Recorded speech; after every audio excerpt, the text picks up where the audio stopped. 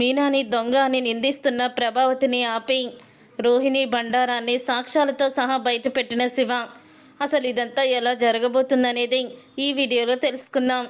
ఇక రోహిణి అయితే కామాక్షి దగ్గరికి వెళ్తుంది.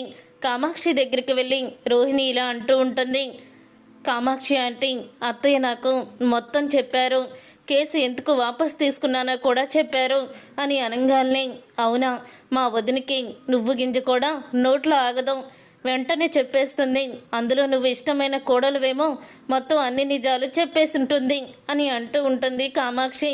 అవునా ఆంటీ, మొత్తం కూడా చెప్పేశారు అని అనగానే అప్పుడు ఇక సరేలేమ్మా, చెప్తే చెప్పిందిలే, ఆ 2 లక్షల గురించి మాత్రం ఎవరికి చెప్పకు, అవి నా దగ్గరే ఉన్నాయి, మళ్ళీ మనోజ్కి చెప్తే వాడు ఆ 2 లక్షలు మింగేస్తాడు అని అంటూ ఉంటే ఆ మాట విని ఒక్కసారి షాక్ అయిపోతూ ఉంటుంది.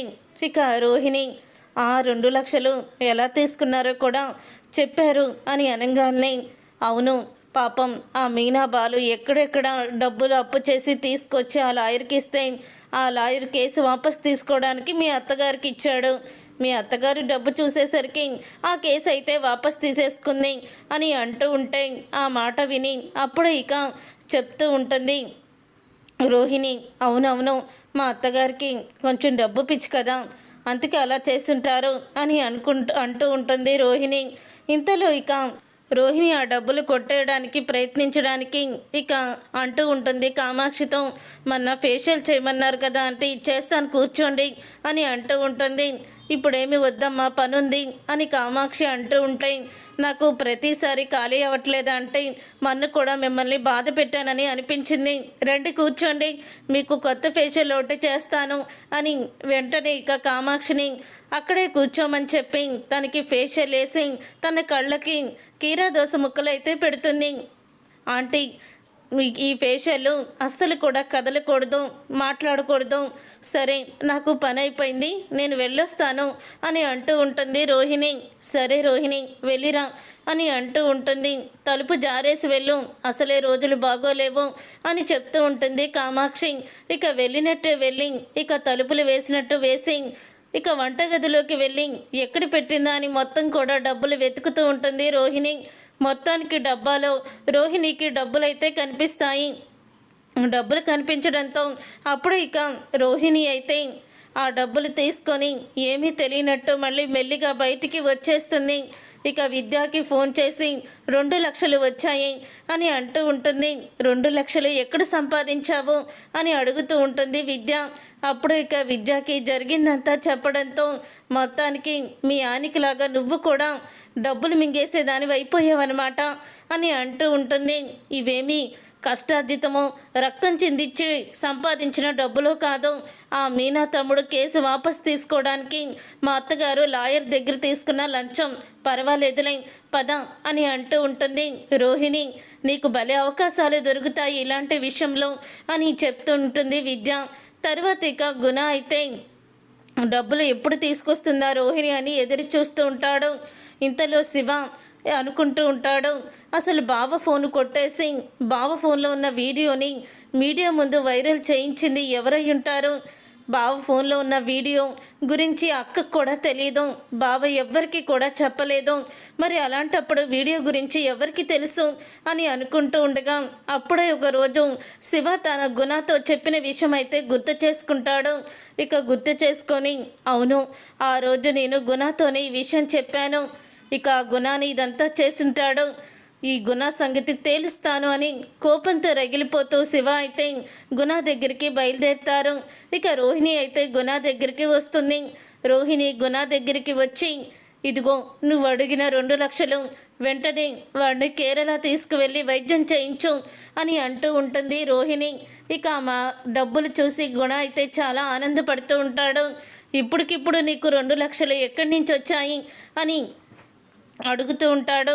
అప్పుడు ఇక గుణ దగ్గరికి వచ్చిన శివ అదంతా కూడా చూస్తాడు. ఇక చూసి వీడియో తీస్తూ ఉంటాడు. ఈ రోహిణి గుణకి ఎందుకు డబ్బులు ఇచ్చింది అని అనుకుంటూ ఉంటాడు. ఇంతలో ఇక గుణ అయితే సరే నేనంతా చూసుకుంటాను ఇక వెళ్ళు అని రోహిణిని పంపించేస్తాడు. తర్వాత ఇక గుణ అయితే రే అనుకున్నది జరిగిపోయిందిరా, దీనివల్ల మనకి మొదటి పని ఫెయిల్ అయినా ఈ డబ్బు మాత్రం వచ్చాయి.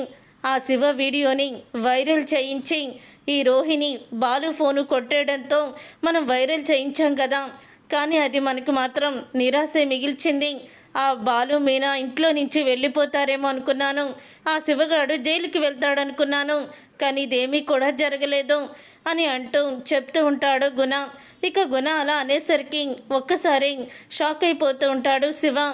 నేనిప్పుడు గుణ దగ్గరికి వెళ్ళకూడదు, వీడు కోపంలో నన్ను ఏదైనా చేస్తాడు, ఈ విషయం బావకి చెప్పాలి, బావకి ఇప్పుడు తీసుకువెళ్ళి వీడియోని చూపించాలి అని శివ కూడా ప్రభావతి ఇంటికి బయలుదేరుతారు. ఇంతలో కామాక్షి అయితే వంటగదిలో పెట్టిన డబ్బులు కనిపించడం లేదని ప్రభావతికి ఫోన్ చేస్తుంది. ఇంటికి ఎవరెవరు వచ్చారు అని అడుగుతూ ఉంటే రోహిణి తర్వాత మీనా వచ్చింది పువ్వులు తీసుకొని అని అంటూ ఉంటుంది కామాక్షి. ఖచ్చితంగా ఈ పని మీనానే చేసి ఉంటుంది అని అంటూ ఉంటుంది ప్రభావతి. కామాక్షి ఇంట్లో 2 లక్షలు పోయాయి, నువ్వే దొంగతనం చేసావు కదా అని మీనాని నిలదీస్తూ ఉంటుంది. అప్పుడు ఇక మీనా అయితే నేనెందుకు దొంగతనం చేస్తానత్తయ్య, తను ఫ్రెష్గా పూలు తీసుకురమ్మంది, అలాగే ఆ పువ్వులు పటాలకు కూడా పెట్టమంది, పెట్టేసి వచ్చేసాను, అంతే తప్ప నేను డబ్బులు తీసుకోలేదు అత్తయ్య అని అంటూ ఉంటుంది మీనా. నీ తమ్ముడిని విడిపించడానికి ఎంతో కొంత ఖర్చు పెట్టే ఉంటారు కదా, ఆ ఖర్చు జమ చేద్దామని ఇలాగా ఇళ్లలో దొంగతనాలు నువ్వు మొదలు పెట్టావా ఇప్పుడు అని అడుగుతూ ఉంటే ప్రభావతి నోరు అదుపులో పెట్టి మాట్లాడు, నా కోడల మీద నింద వేశావంటే మర్యాదగా ఉండదు అని అంటూ ఉంటాడు సత్యమైతే. అసలు మీనా దొంగతనం చేసిందంటే నువ్వెలా నమ్ముతున్నావమ్మా, ఆ నోటితో మీనాని అలా ఎలా అనగలుగుతున్నావు, అయినా కామాక్షి అత్త ఇంటికి ఎవరు వెళ్ళారు అని అడుగుతూ ఉంటే మీనా వెళ్ళింది, అంతకుముందు రోహిణి కూడా వెళ్ళింది, రోహిణి తనకి ఫేషియల్ చేసి వచ్చేసింది, తర్వాత మీనా వెళ్ళింది అని అంటూ ఉంటే మరి నీ కోడల్ని ఎందుకు అనుమానించడం లేదు, తను భర్త కూడా దొంగ కదా, మరి నీ కోడలు దొంగ అయి ఉంటుంది కదా అని అంటూ ఉంటాడు బాలు. నా కోడలు కోటీశ్వరాలు, తనకి అంత గతి పట్టలేదు, 2 లక్షలకే తను దొంగతనం చేయాల్సిన అవసరం లేదు అని అనగానే అప్పుడే ఇక శివ అయితే వస్తాడు. ఇక ఆపుతారా, మా అక్కని ఎందుకు మీరు దొంగ అంటున్నారు అని అంటూ ఉంటాడు శివ. రే శివ, నువ్వెందుకు వచ్చావు ఇక్కడికి, వెళ్ళి నువ్వు అని మీనా అంటూ ఉంటుంది. ఏంట్రా, పోనీలే అని పాపమని ఊరుకొని కేసు వాపస్ తీసుకుంటే నువ్వేమో నా మీదకే ఎదురు తిరుగుతున్నావా అని అడుగుతూ ఉంటుంది ప్రభావతి. లేకపోతే నన్ను దొంగ అన్నారు, నేను దొంగతనం చేశాను కాబట్టి మా అక్క ఏం తప్పు చేసిందని దొంగ అంటున్నారు అని అనగాల్ని కామాక్షి ఇంట్లో డబ్బులు దొంగతనం చేసింది మీ అక్కే కదా అని అంటూ ఉంటుంది ప్రభావతి.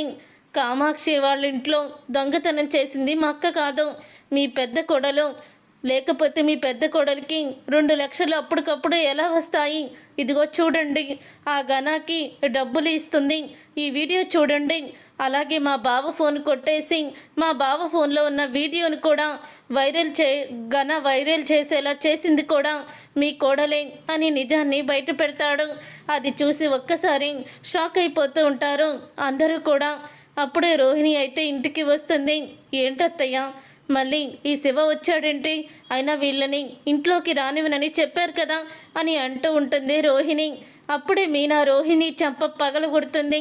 ఒక్కసారి షాక్ అయిపోతూ ఉంటారు అందరూ కూడా. నా తమ్ముడు దొంగతనం చేసిన గురించి ఇంట్లోకి రాకూడదా, మరి నువ్వు చేసిందేంటి, బ్యూటీ పార్లర్ పేరు పెట్టుకొని ఫేషియల్ చేస్తానని కామాక్షి అత్తయ్య ఆంటీ వాళ్ళ ఇంటికి వెళ్ళి నువ్వు 2 లక్షలు దొంగతనం చేసి ఆ గుణాకి ఎందుకు ఇచ్చావు, మా ఆయన ఫోను ఎందుకు దొంగతనం చేశావు, నువ్వు చేసిన దొంగతనాలు అన్నీ కూడా కళ్ళ ముందు కనపడుతూ ఉంటే మళ్ళీ నా తమ్ముడిని అంటున్నావా అంటూ ఇక మీనా అయితే రోహిణికి షాక్ ఇస్తుంది. చూసారుగా ఫ్రెండ్స్, మరి రాబోయే కథలో దొంగతనం చేసింది రోహిణియేనని నిజం తెలుసుకున్న ప్రభావతి ఏం చేయబోతుంది, అసలు ఏం జరగబోతుంది అనేది రాబోయే కథలో తెలుసుకుందాం. ఈ వీడియో మీకు నచ్చితే తప్పకుండా లైక్ చేసి ఛానల్ని సబ్స్క్రైబ్ చేసుకొని పక్కనే ఉన్న గంట సింబల్పై ఆల్ని క్లిక్ చేయండి. అప్పుడే మేము పెట్టే ప్రతి వీడియో మీరు మిస్ కాకుండా చూసేవచ్చు.